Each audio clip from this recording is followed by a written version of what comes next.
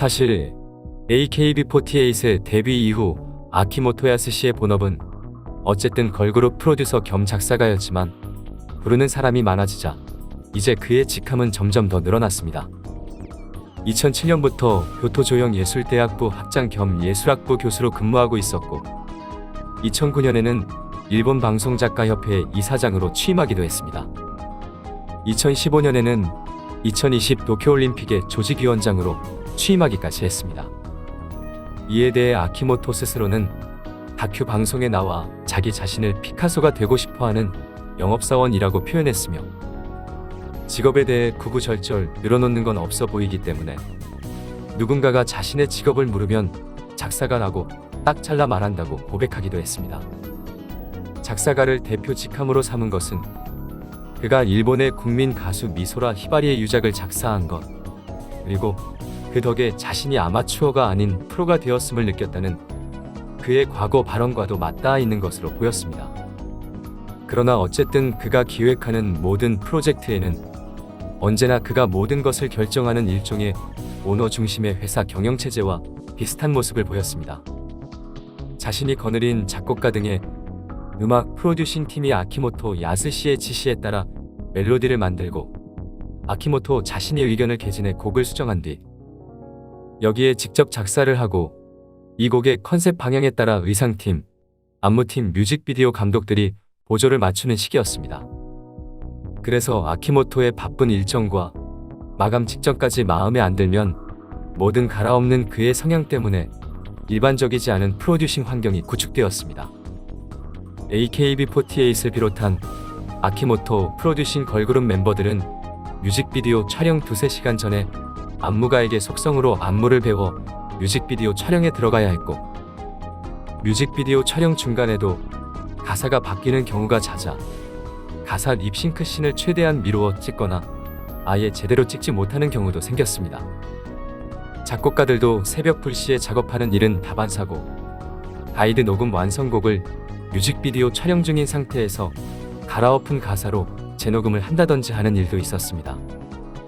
주먹구구식으로 모든 일을 처리해야 했고 모든 일정이 쫓기듯이 이루어지고 있었지만 여전히 악수회, 총선거, 각종 이벤트로 48그룹이나 사카미치 시리즈의 그룹들은 인기가 있었고 큰 수익을 내고 있었습니다. 그러는 와중에 그는 일본에서 그나마 상대적으로 건전한 성인업소로 통하는 캬바쿠라이라는 여성 컨셉으로 다양한 기획을 벌여 논란이 되었습니다. 2008년에는 AKB48 멤버이자 훗날 STM48 멤버로도 활동하게 되는 오오우리 메구미의 솔로 싱글을 발표하고 그 싱글이 1만 장 이상의 판매고를 올리지 못하면 오오우리는 은퇴를 한다는 기획을 밀어붙였는데 대놓고 캬바쿠라 컨셉의 의상으로 활동시켜 비난을 받았습니다. 심지어 아키모토는 캬바쿠라 업소용 의상에 하이힐을 신기고 리어카에 음반을 싣고 전국을 돌면서 싱글을 길거리 판매하게 시켰습니다. 그러나 부정적인 이미지로 기획 자체가 화제를 불러일으켰을 뿐이었으며 결과적으로 1만 장 이상의 판매량을 기록하면서 오오우리가 어찌저찌 은퇴 없이 그룹 활동을 이어간 것 외에는 큰 소득이 없는 무리한 기획으로 남게 되었습니다. 훗날 오오우리는 자서전을 통해 이 활동 때문에 가족들이 손가락질 당하는 등 고생했다는 이야기를 적기도 하는 등 당사자는 매우 괴로운 상황을 겪었음이 훗날 재조명되기도 했습니다. 뿐만 아니라 AKB48 멤버들을 주연으로 한 캬바쿠라 컨셉 드라마 캬바스카 학원, 일본에서는 인기 스포츠이기도 한 프로레슬링을 다룬 두부 프로레슬링이라는 드라마를 제작했습니다. 2016년 방영된 드라마 캬바스카 학원에 대해서는 이미 캬바쿠라와 다를 바가 없는 그룹 아니냐는 대중들이 가진 부정적인 이미지를 나에 적극적으로 수용한 기획이어서 다시금 긍정적이건 부정적이건 화제가 되었으며 2017년에 방송된 두부 프로레슬링은 제대로 훈련받지 않은 48 그룹 멤버들이 위험천만한 프로레슬링 무대를 서야 했기 때문에 팬들 사이에서도 상당한 비판의 목소리가 커진 기획이었습니다. 그러나 아키모토는 화제를 일으켜야 한다는 일념으로 자신의 기획을 밀어붙였고 어차피 그의 기획으로 모든 게 운영되는 운영 구조상 기획안을 반려할 사람도 없었습니다. 이러는 와중에 내부적으로는 48 그룹 멤버들의 사건 사고로 대중들의 인식도 서서히 나빠졌습니다. 최초의 AKB48 멤버, 즉 일기생으로 분류되던 멤버 나카니시 이나가 그룹 활동을 종료 후 어려운 집안 사정 등을 이유로 2010년 AV 업계로 진출해버린 것입니다.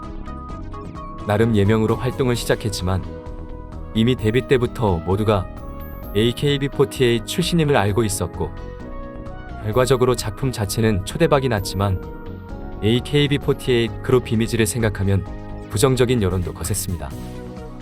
2012년에는 인기 멤버였던 미네기시 미나미가 댄스 그룹 제너레이션즈의 멤버 시라하마아란과 스캔들이 터지자 삭발 사죄를 하여 엄청난 파장을 몰고 왔습니다. AKB48은 연애금지 조항을 강력하게 적용하고 있었는데 이 스캔들 때문에 그녀의 AKB48 활동에 어떤 식으로든 영향을 줄 것이라고 팬들이 예측을 하고 있긴 했지만, 갑자기 사죄 영상을 삭발 후 내보냈다는 점에서 일반 대중들에게까지 후폭풍이 거셌습니다. 특히 이 삭발 사죄 영상을 유튜브에 올려버리는 바람에 삽시간에 전 세계 언론으로 퍼져나갔고, 결국 영상을 삭제하고 미네기시 미나미는 그럭저럭 복귀를 하긴 했지만 그룹 전체의 이미지가 크게 실추되었습니다. 특히 해외에서는 아무리 연애 스캔들에 민감한 아이돌이라 해도 20살 넘은 성인이 연애 문제로 삭발까지 하고 사과해야 하는가에 대해 놀라는 목소리가 있기도 했습니다. 2014년에는 멤버 이리야 마안나와 하와 에이리나가 악수의 도중 한 남성에게 피습을 당하는 사건이 터졌습니다. 이 사건은 접촉 상수를 통한 앨범 판매량 불리기를 시도하던 아키모토표 그룹들에게 큰 타격을 주었습니다. 24세의 무직 남성이 접이식 형태의 톱을 챙겨 멤버 2명과 스태프 1명을 습격했으며 멤버들은 손과 두부에 상처를 입는 등 다쳤습니다. 이 과정에서 아키모토표 걸그룹들 48 그룹과 사카미치 그룹의 악수회에는 제대로 된 보안 요원은 존재하지 않았으며 OJS48이라는 이름으로 전직 근태 형사들 출신인 사람들이 소수 배치되어 있었던 것으로 알려졌습니다. 그마저도 인원이 매우 적어 제대로 된 경호 업무를 하고 있지 못했던 것으로 드러났습니다. 결국 접촉 상수를 이용한 아키모토표 걸그룹의 활동에 적신호가 켜졌고, 실제로 사건 직후에는 악수회 활동이 중단되는 등의 변화를 맞이했으나 악수회가 중단되면서 음반 판매량이 감소하는 등 매출의 흥행에 영향을 받자 보안 요원을 강화하는 형태로 악수회는 다시 재개되었습니다.